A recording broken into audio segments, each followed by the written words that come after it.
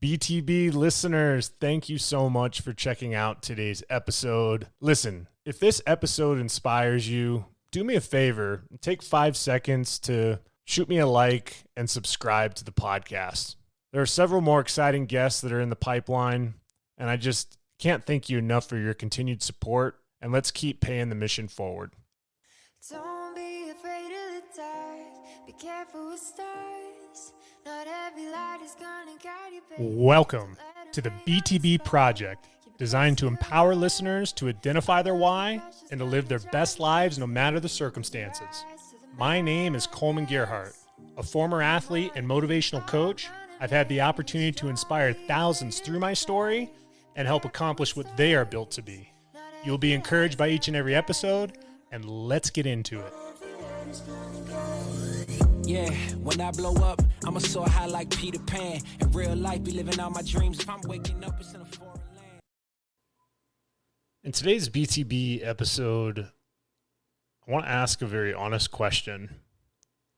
And I want you to think about whether it's today or yesterday, last week, the last few months. And that question is, how's your joy doing? You see, we live in a very broken, twisted world. And more often than not, a lot of those reminders of that come from a device. Our lives have been designed to be abundant and joyful. But what if I told you it's the time that we spend on our phones that often take that joy away from us on a day in and day out basis? Do me a favor. If you're listening to this podcast and you're out and about, look around you right now. Observe the people, whether it's driving, hopefully it's not driving, but there are people looking down on their cell phones all the time. As a coach, I see it all the time in today's youth. I myself can be a perpetrator of that.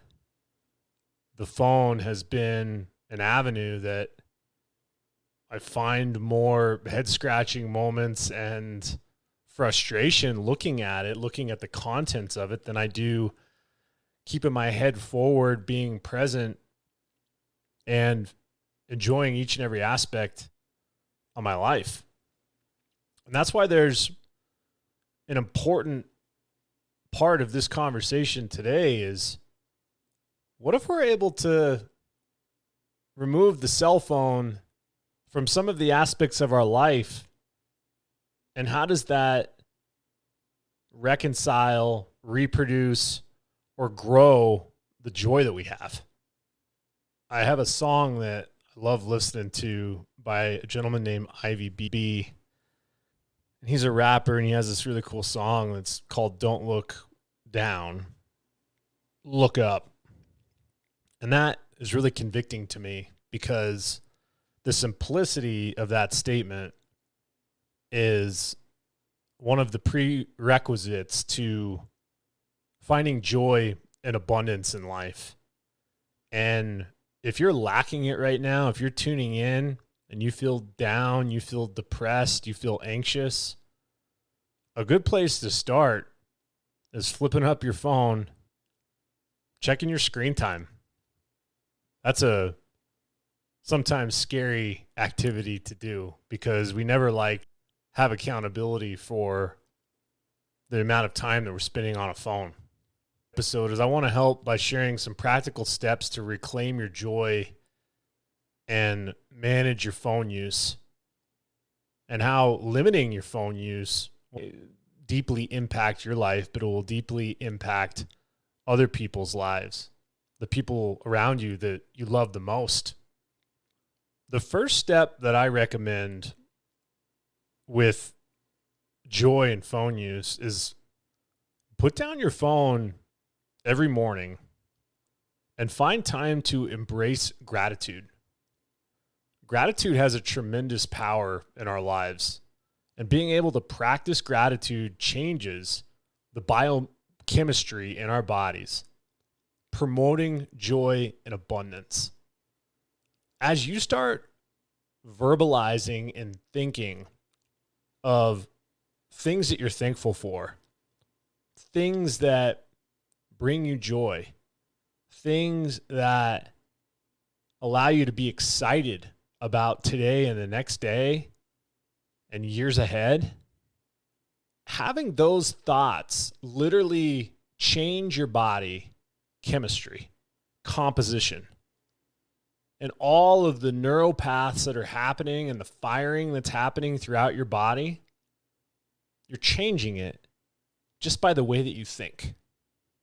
It's no different than when you're on the phone. Let's say you get up first thing in the morning, and instead of having a gratitude practice of being what you're thankful for, you start scrolling. You get on Instagram, you get on Facebook, you start scrolling.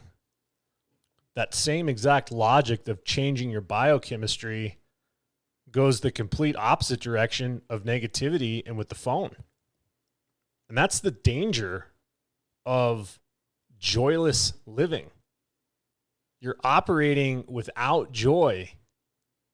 And that's what makes us vulnerable to these attacks that we have that comes through our cell phones, that leads us to sometimes feeling like it's a miserable existence.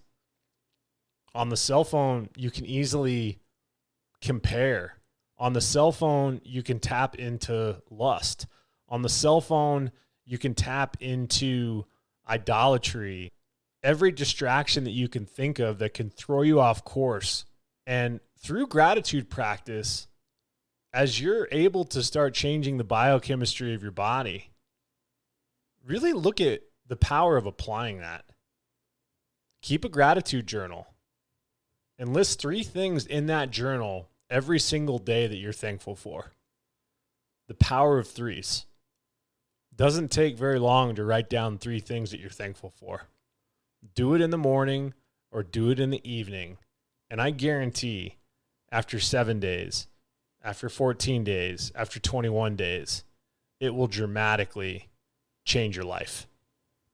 After writing in a gratitude journal, really look at your cell phone and think of it as a way that you need to manage how you're using it, limiting social media. That's what's fostering comparison and envy. Use apps that promote gratitude and mindfulness.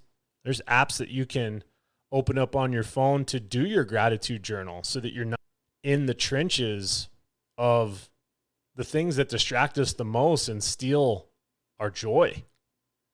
And through having that phone management, number 2 is develop a devotional life. Are you connecting with your faith? Source of joy, our main source, the truth, the way, and the light, is always by looking up. It's never by looking down. And I'm a firm believer in that because that's what it says in the book. The Bible clearly states His word will sustain us. And having that solid devotional life to spend some time with Him, to thank Him for the mercy, for the grace, for the sacrifice that He made for our sins.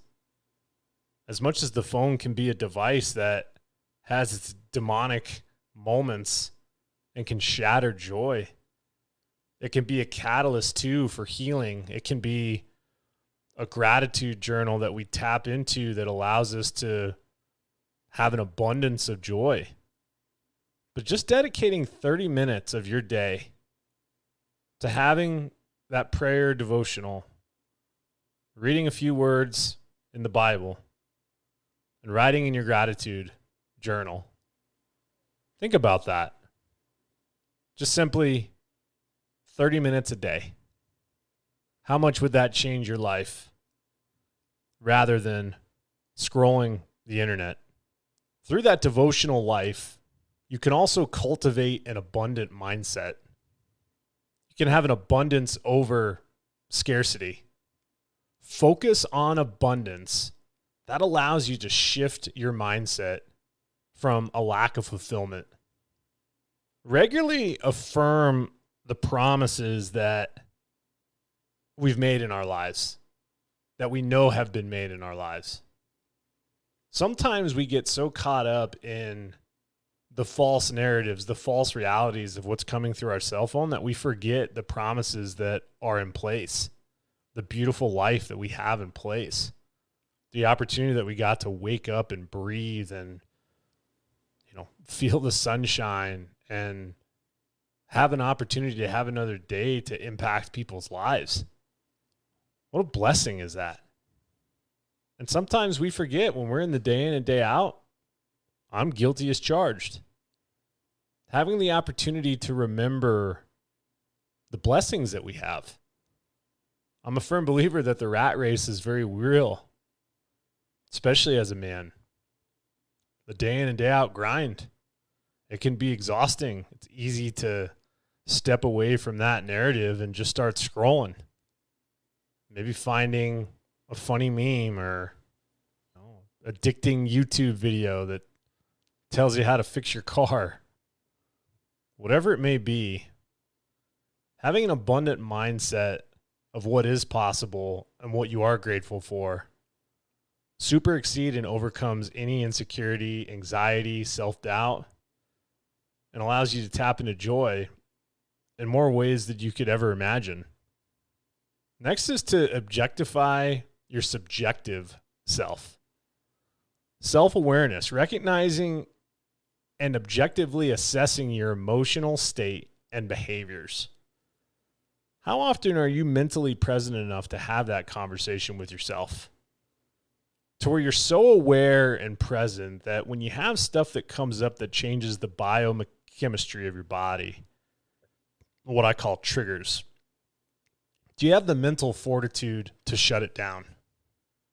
Do you have the ability to reflect on your emotional reactions and journal your thoughts and understand the patterns that you have, whether it's a good day or a bad day or a so-so day?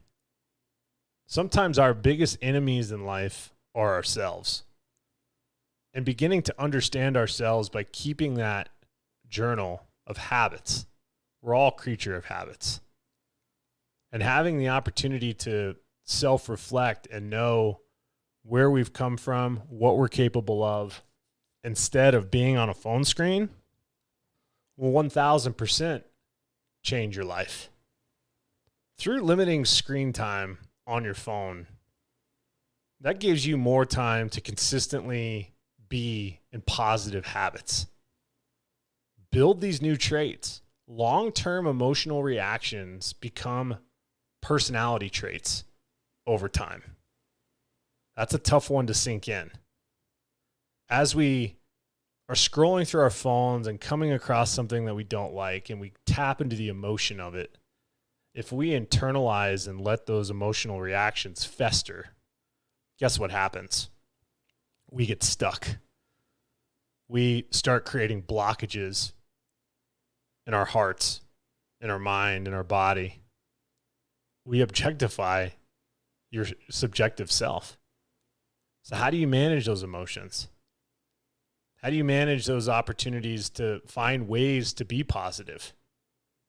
Consistently practice joy-inducing habits like gratitude and prayer and positive affirmations all the time.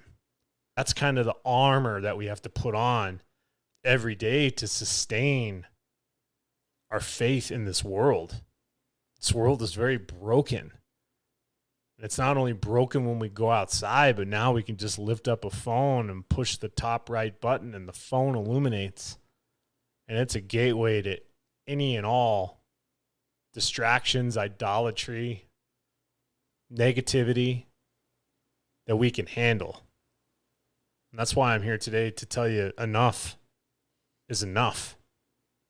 And as those consistent positive habits are formed, are you able to lower the volume of your negative emotions?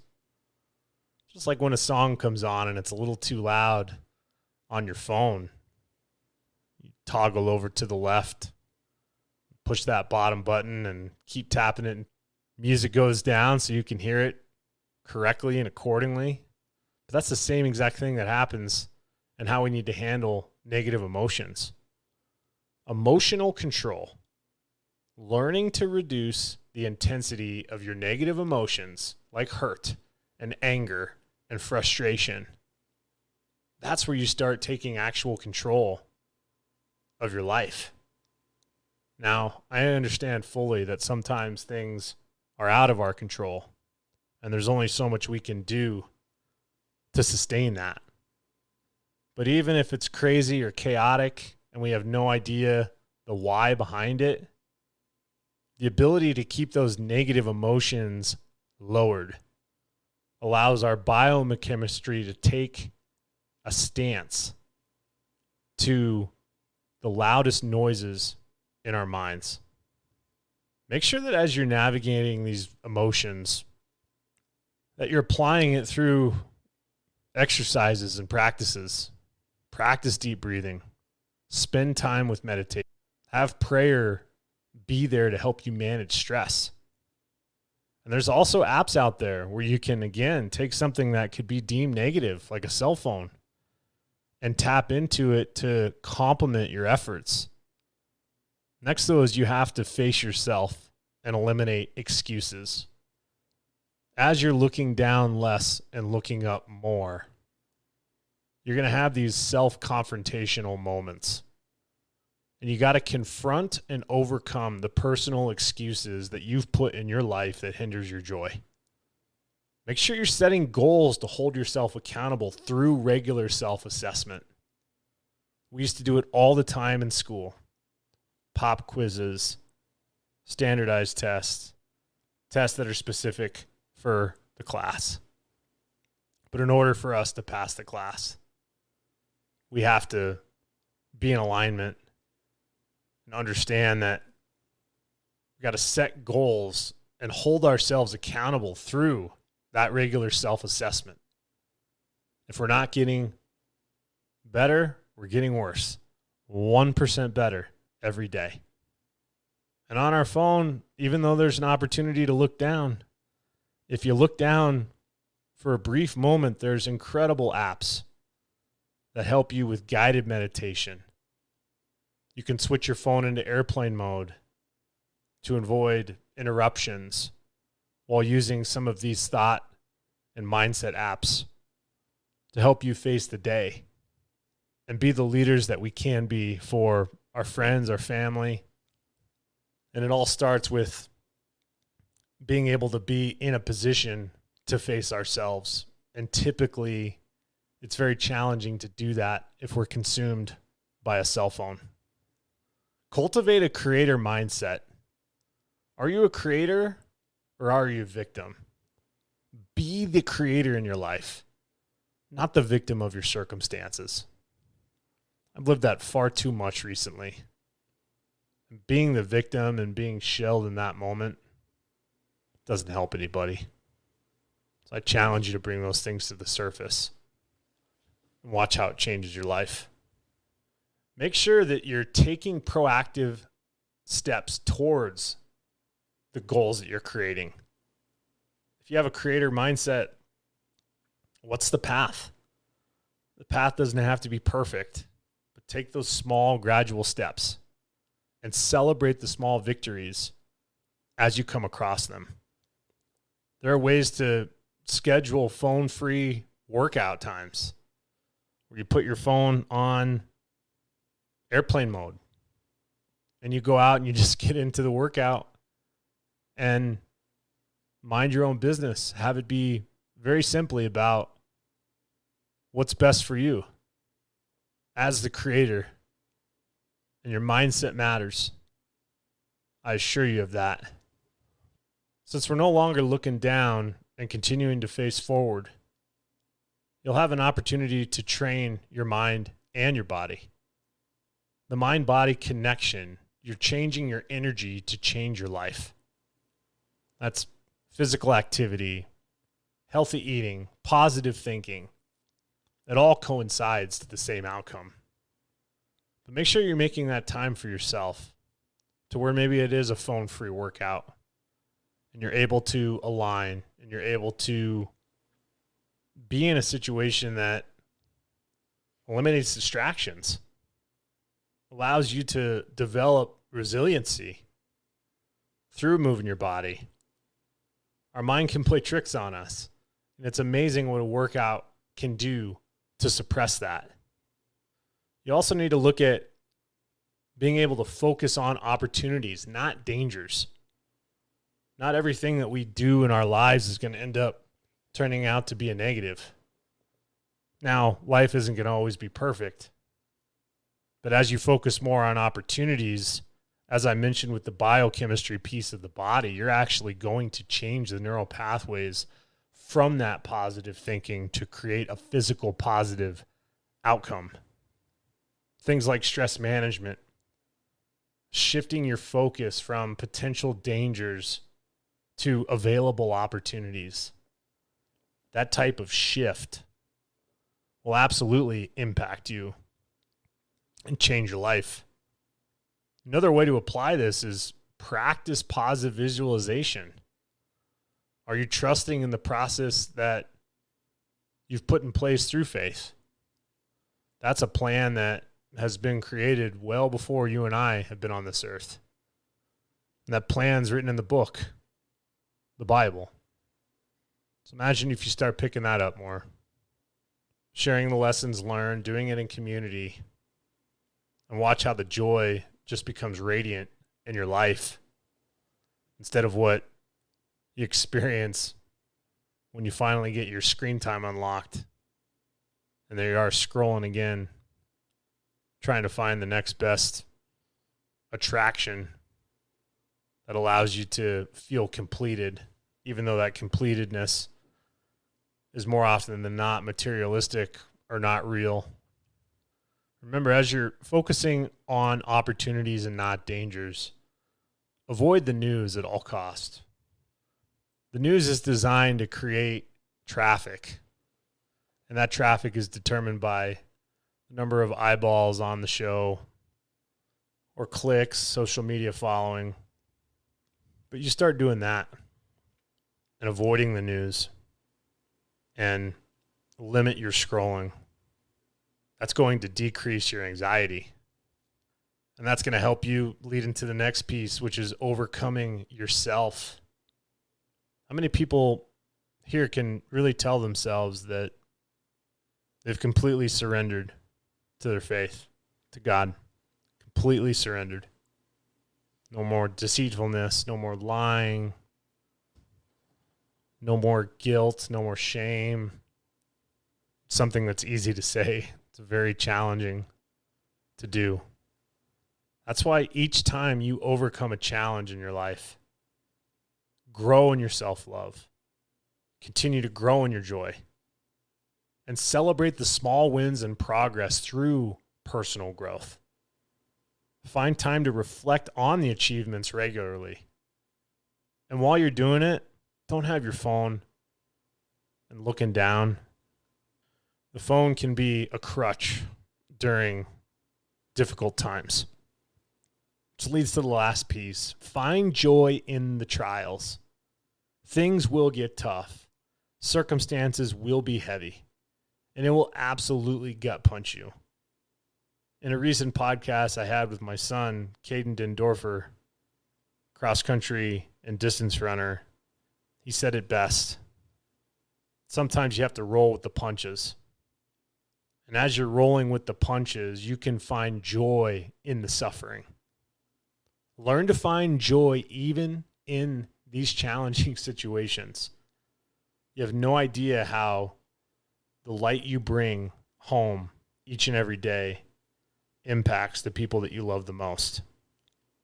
Trust in a purpose that's greater than you and remain steadfast in your faith during those difficult trials. And when it comes to your phone and finding joy in the most difficult of circumstances, limit your phone use. Don't go on your phone when you're angry. Don't go on your phone when you're sad.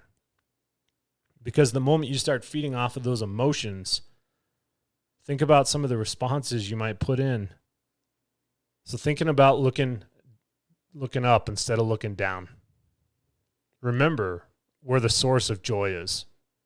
The ultimate source of joy is in our Heavenly Father himself. And it's his presence that there is fullness and joy.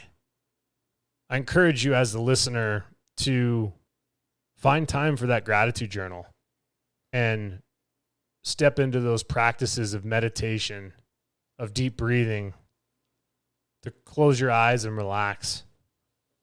Those self-care moments go a long way. It's a lot better than having it eat you on the inside and affecting your life.